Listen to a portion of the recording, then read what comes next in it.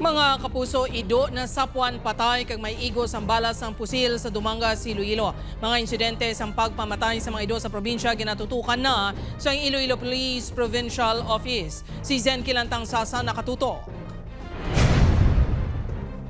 Sa tunga sang talamnan diri sa Barangay Ermita, Dumangas, Iloilo, nasapwan patay si Butod nga hinuptanan nga ido ni Manong Ernal. May pilas ini sa natuo nga abaga kag naglapos sa iya liog.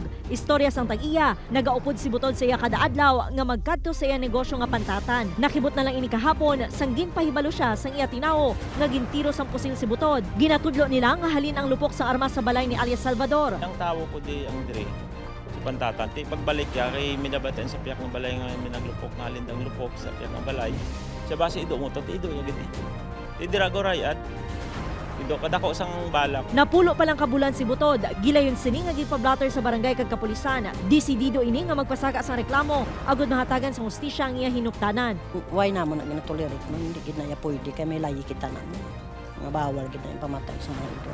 Gintinguan sa news team nga makuha ang bahin sa ginatudlo suspect sa pagpatay kay Butod, apang wala ini sa ilabalay. Madamo na ang insidente sang pagpamatay sang ido sa probinsya, gani ginatutukan na ini sang Iloilo Police Provincial Office. Ginatagaan nato na priority because nga ang Animal Welfare Act is a national law and we are obligated nga mag-implement sina. Paandam sang animal welfare advocate nga may salabton ang mga individual nga nagapanghalit kag nagapangpatay sang ido bangod sarang nga mapreso kag mamultahan. Animal Welfare Act may anong gida Marcel nga hindi pwede nga nga magsakit kag i-torture ang mga ido kag amo nga ipangmaltratuhon kag pamayan.